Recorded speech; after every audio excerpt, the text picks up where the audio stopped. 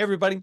We're looking at practical ways that you can dive into the code or sort of the underlying mechanisms of your city without having to have a PhD in the topic, but at the same time, recognizing that whether you're a city staff member or a concerned citizen within your community, one of the challenges that you often face is that knowledge gap between where things are in your city, sort of like repository of information, and where you, as the resident, are as you try to find that information. And so, with us today is Edward Erfurt, Chief Technical Advisor for Strong Towns. And Edward, do you want to explain, like, what does it take to find the information that lives sort of under the hood or in the backroom closet that is actually really valuable, and how to navigate that and do so so that way, if someone is just trying to figure this out, really genuinely wants to do so, that they don't have to pay the frustration tax that so many of us feel is obligatory when we start this process. Yeah, let me share with you a website I know. This is Martin County, Florida. It's a large county in Florida. It's somewhere I worked in the past, so I know that this stuff exists. This looks like many of your websites for your own community. This is done by, there are several different groups out there that have websites. Everybody kind of follows the same piece. One of the things people ask about codes. So there's always maybe the search bar. So maybe I'll do zoning and I'll do search. There's a whole lot of stuff here, lots of good things. Maybe we can kind of find it, but I don't see something that says uh, zoning. I don't see something that tells me what. Maybe I can look up codes. Um, but I know this is always something frustrating. Oh, here's code of ordinances. So I kind of have to, it's not zoning code, it's actually just code. Um, this is a similar path, and all of a sudden you kind of like you go down this gauntlet. Um, and then which do I pick? Mhm. This is that kind of complicated thing that we all run into. Code of ordinances is generally where all the rules and regulations are for your community, and you can browse this. This is powered by, there's several services out there, but the service that many communities use that I'd recommend starting with is a service called Municode. Municode is a codification service. So when a municipality of a certain size, when they want to go and publicly store their rules and regulations, when they want to have their charter available and a platform people can find, this is one of the companies that does this. So when we look at this, we have a map. You can pick your state, whatever state you're in. I'm going to pick uh, my own home state here in West Virginia. Not every city is on here, but many of the cities are. I'm going to go through here, and I know that I worked in Ranson, West Virginia. I know Ranson is here, and I can find my city. They have a code of ordinances and they have a smart code. You can see all of this exists within this realm. In our community action labs, we worked with Norman, Oklahoma. We can see that's here. We can go and click and find all different types of things within their ordinances. And here you actually can search. They have a search feature once you get into your code. So I want to know about parking. And I want to search and find parking. I'm showing you where all of this is at in this service called Municode because so many communities have adopted it. What I have found is that in most communities, you may actually have the code that you need to achieve the vision that you have for your community, but it might be buried in here. As I see the search results, I know it's not exactly everything that I might want. Um, it's probably more than I could ever want to see here, but it's all in this search feature. Mhm. So this is a tool if you're trying to figure out, there's lots of communities. I can go back here to Ranson to their code of ordinances. Um, this one, everything you could ever want is within here. Here's planning and development. If you want to know uh, about subdivisions, tells you all about subdivisions, um, key phrases, and it provides the code.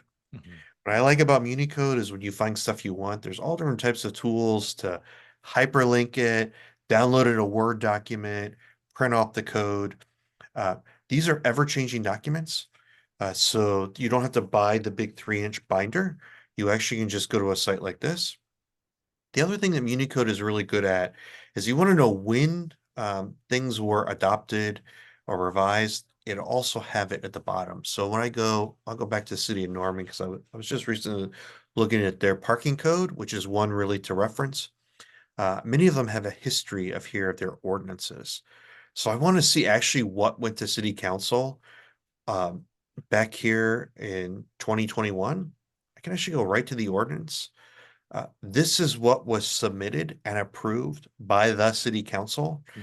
showing you the text of the last revision for this code. So extremely powerful tool.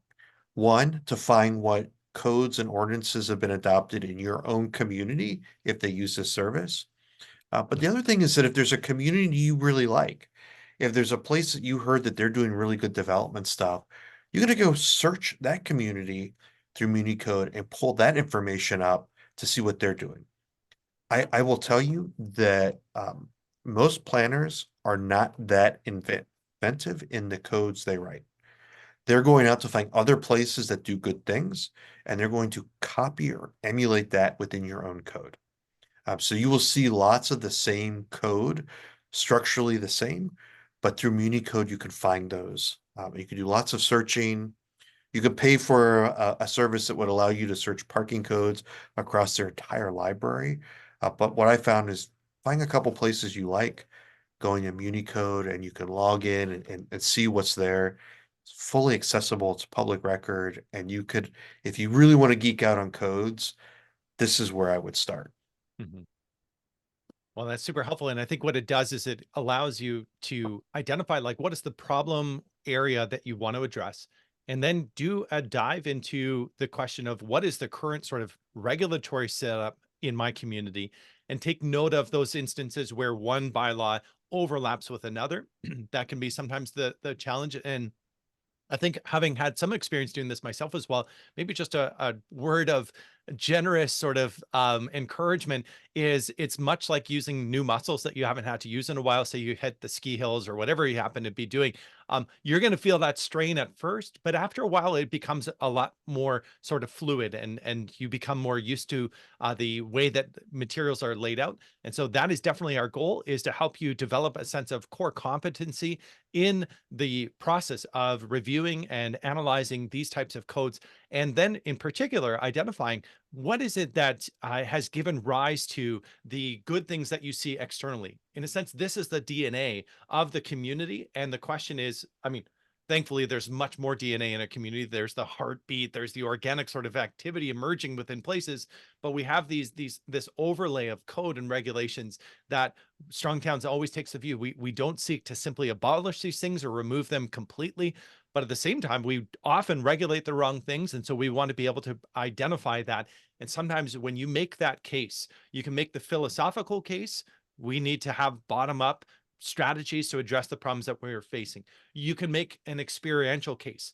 My life and the life of others around me is harmed by these types of practices or patterns in our community, and we need to change that. You know, we say at Strong Towns, we seek to live a good life in a prospering place. And you should be able, no matter what your state in a community is, to be able to talk about your own experience.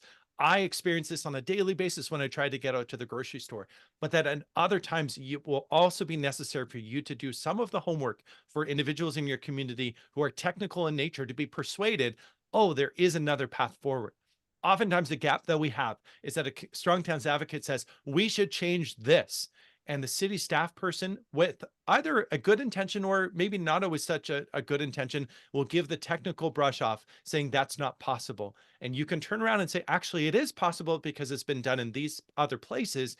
And not only that, but if we change this line of code, or if we change and amend this small subsection in buried deep within pattern 3 appendix 4, we would begin to make those meaningful changes. And so this is a word of encouragement. You can really do this.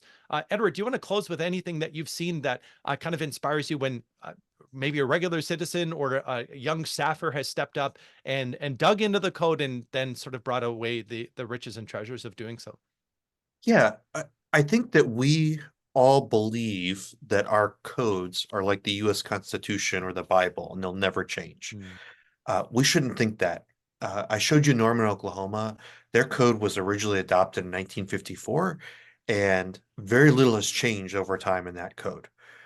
These are documents that need to be living documents. The other thing is, as a citizen or an active Strong Towns member, uh, you can think like a developer. Developers come to your cities all the time requesting changes, either as zoning variances or zoning adjustments. You can actually do that as a citizen, where you can say, look, I don't think that this code is going to allow the type of development that I see in our community. Or I think there is something we need to add to our code that would be good to help. You can actually find that code somewhere else and alert the planning staff. Here's a good place to go. Here's a really good set of design guidelines that we should add within our code. That's a starting point to have a conversation with technical staff in your city. And I also want to tell you that be very humble when you have these discussions with codes. There's a lot of baggage behind this. There's a lot of history and it's sometimes trauma of how different ordinances and codes have been written. And they were to address an issue that occurred sometime in the history of your community.